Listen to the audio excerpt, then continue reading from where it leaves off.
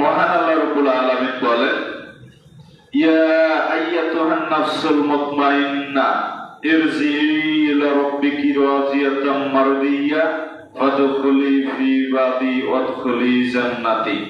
মহান আল্লাহ বলতেছেন, ইয়া আইয়াতুহান নাফসুল মুতমাইন্না, হে প্রসন্ন আত্মা, ইরজিই ইলা রাব্বিকি রাদিয়াতাম মারদিয়া, তুমি তোমার রবের সন্তুষ্টির দিকে বেরিয়ে আসো।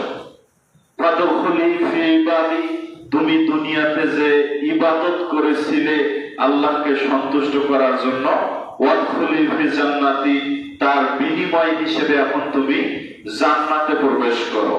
রাসূল সাল্লাল্লাহু আলাইহি ওয়াসাল্লাম বলেন, যখন মানুষের আত্মা বের হয়ে আসে, মানুষের জান কবজ করার সময় হয়, তখন মালাকুল মউত তার নিকটে আসেন এবং মালাকুল মউতের সাথে অসংখ্য ফেরেশতা, সুন্দর আকৃতির ফেরেশতা জমিনে নেমে আসেন। অতঃপর ওই মানুষের দৃষ্টিসীমা, মৃত ব্যক্তির দৃষ্টিসীমা পর্যন্ত ওই ফেরেশতারা চতুর্দিক দিয়ে তাকে ঘিরে ধরে। অতঃপর মালাকুল মউত তার নিকটে যায়, যার জান কবজ করা হবে তার নিকটে যায়। মৃত ব্যক্তি যদি ভালো হয়, মৃত ব্যক্তি যদি মুমিন হয়, পরহেজগার হয়, তাহলে মালাকুল মউত খুব সুন্দর আকৃতির চেহারা ধারণ করে, খুব সুন্দর চেহারা ধারণ করে ওই মৃত ব্যক্তির নিকটে যায় এবং গিয়ে বলে যে, হে সুন্দর আত্মা, হে প্রসন্ন আত্মা, তুমি তোমার রবের সন্তুষ্টির দিকে বের হয়ে আসো। অতঃপর ওই আত্মা, ওই মুমিন ব্যক্তির আত্মা এমন ভাবে বের হয়ে আসে, যেমন কলস থেকে পানি ঢাললে খুব সহজেই কলসের পানি নিচে পড়ে যায়, ঠিক সেভাবে ওই আত্মা ওই ব্যক্তির শরীর থেকে আস্তে করে বের হয়ে আসে। আত্মা বের হওয়ার সাথে সাথেই চতুর্দিক সুগন্ধিতে ভরে যায়, ভরে যায় একবারে চতুর্দিক সুগন্ধিতে। অতঃপর যে সকল ফেরেশতারা এসেছে মালাকুল মউতের সাথে, তারা মালাকুল মউতের নিকটে আসে এবং বলে যে, আত্মা আমার হাতে দেয়া হোক। সুগন্ধিযুক্ত রুমালের মধ্যে এই আত্মাকে নেওয়া হয় এবং ফেরেশতারা সবাই একজন আরেকজন, এ বলে আমাকে দাও, এ বলে আমাকে দাও, এভাবে একজন আরেকজনের হাতে আত্মাকে নিতে থাকে। এভাবে নিতে নিতে নিতে নিতে প্রথম আসমান পর্যন্ত পৌঁছে যায়।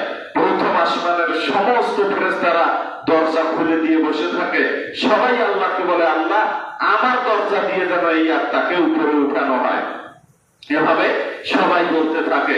অতঃপর যে দরজা দিয়ে উপরে তোলা হয়, সেই দরজার ফেরেশতারা বলে, এটা কার আত্মা, কোন ব্যক্তির আত্মা, এত সুগন্ধ ছড়াচ্ছে? তখন মালাকুল মউত বলে, এটা অমুকের ছেলে অমুকের আত্মা। তখন তারা বলে, ও আচ্ছা, এটা তো হওয়ারই কথা ছিল। এভাবে চতুর্থ আসমান পর্যন্ত এই ভালো মানুষের আত্মাকে নেওয়া হয় এবং সেটা এল্লিনে রেখে দেয়া হয়। আর আত্মা যদি খারাপ হয়, তাহলে মালাকুল মউত ফেরেশতা বিকট আকৃতির চেহারা নিয়ে ওই মৃত ব্যক্তির নিকটে আসে। অতঃপর ওই মৃত ব্যক্তিকে বলে যে, তুমি আত্মা বের করে দাও, কিন্তু সে বের করে দিতে চায় না। তখন মালাকুল মউত হাত ঢুকিয়ে করে জোর করে আত্মাকে ছিনিয়ে আনে, আর আত্মার শরীরের শেষ প্রান্ত পর্যন্ত ছোটাছুটি করতে থাকে। একবারে ছিঁড়ে বের করে আত্মাকে নিয়ে আসা হয়। আত্মা বের হতে না হতেই দুর্গন্ধে চতুর্দিক ভরে যায়। কেউ সেই আত্মাকে হাতে নিতে চায় না। যে সকল ফেরেশতা এসেছে, কেউ আত্মাকে হাতে নিতে চায় না। এক পর্যায়ে মালাকুল মউত প্রথম আসমানে নিয়ে চলে যায় সেই আত্মাকে। যখন আত্মাকে প্রথম আসমানে নিয়ে যাওয়া হয়, আসমানের কোন দরজা ফেরেশতারা খুলে দেন না। তখন এক পর্যায়ে মালাকুল মউত ওই আত্মাকে জমিনে ছুঁড়ে মেরে দেন এবং জমিনে ছোড়ার সাথে সাথেই চতুর্থ জমিনের নিচে আত্মা পড়ে যায় এবং সিজিনে আত্মার থাকার জায়গা হয়ে যায়। ভালো আত্মা থাকে চতুর্থ আসমানের উপরে এল্লিনে, খারাপ আত্মা থাকে চতুর্থ জমিনের নিচে সিজিনে। সিজিন মূলত একটা জেলখানার মতো জায়গা।